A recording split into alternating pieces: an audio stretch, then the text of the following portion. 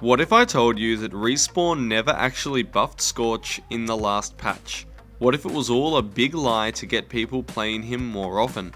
Or what if the nerfs leveled at Monarch were also game developer tricks to influence the meta? Well, you would not be too silly at all if you actually believed me, because we did some testing and found some really interesting results regarding the latest batch of Titan balance changes. I am Ascendance from 4FS Gaming, and let's have a look at exactly what has happened to our Titans. We shall begin with Ronin, who suffered a minor reduction in effectiveness for his sword block. This was a change of only 5%. In the past, sword block reduced incoming damage by 75% and disabled his crit zones. Now it still prevents critical hits, but it will only reduce damage by 70%. In numbers, a unit of 2000 damage, like Legion's power shot, would have done 500 damage to Ronin through his block. Now it will do 600 damage. Overall, this is a pretty small change. Now, speaking of Legion's power shot, we know that it does 2000 damage normally. However, with the change to his hidden compartment kit, which although it still provides the extra power shot, will now reduce the damage of both power shots by 15%.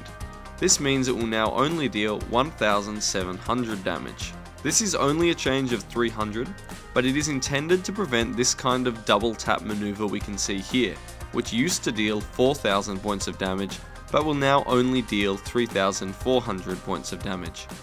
Remember that all these damage numbers are not taking into account the potential for critical hits, which apply a 1.5 times multiplier to any damage dealt. Scorch was supposedly buffed as well on a number of different levels. Firstly, Respawn claimed that the Wildfire Launcher perk will now increase the base damage of the Thermite Launcher in addition to retaining increased thermite spread. However, as we tested this, we found that we could not discern any increase in damage at all. It is of course difficult to separate the initial hit damage from the thermite damage, and we believe after re-examination of this footage frame by frame that the base damage of the launcher has been increased from 1000 to 1100. Now this is nothing when you consider that most of the launcher's damage is due to that residual thermite, which deals 1000 points per second over a 2-second period. We can then conclude that this is not really a buff to the kit at all, or at least not one that you would notice or consider. Aha, but what about the increased width of firewall? Well, this is also a lie, at least according to these two screenshots, one before and one after.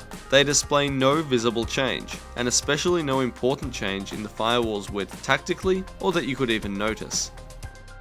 Okay, so surely the Scorched Earth perk will now leave its thermite trails for way longer. Well, no, not actually. I apologise for the corrupted footage on the left there, but you can see the old versus the new Scorched Earth kit in this comparison.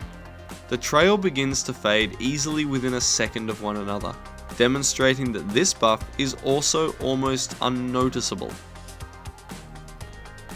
But what about tempered plating? This is where Respawn actually told us the truth, and this perk is amazing.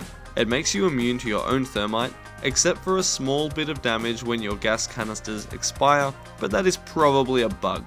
It will also remove your Titan weak spots, which is great.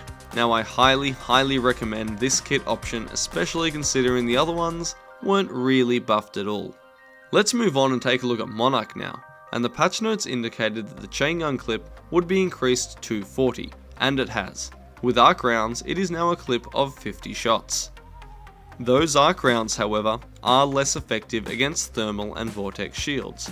But how much less effective? Well, we tested this out, and in the past it would have taken 1 second of fire to down a thermal shield. It will now take 2 seconds to achieve the same goal. It did used to take 2 full seconds to drain all of the energy from a vortex shield and leave an ion without any energy at all. It now takes 3 seconds.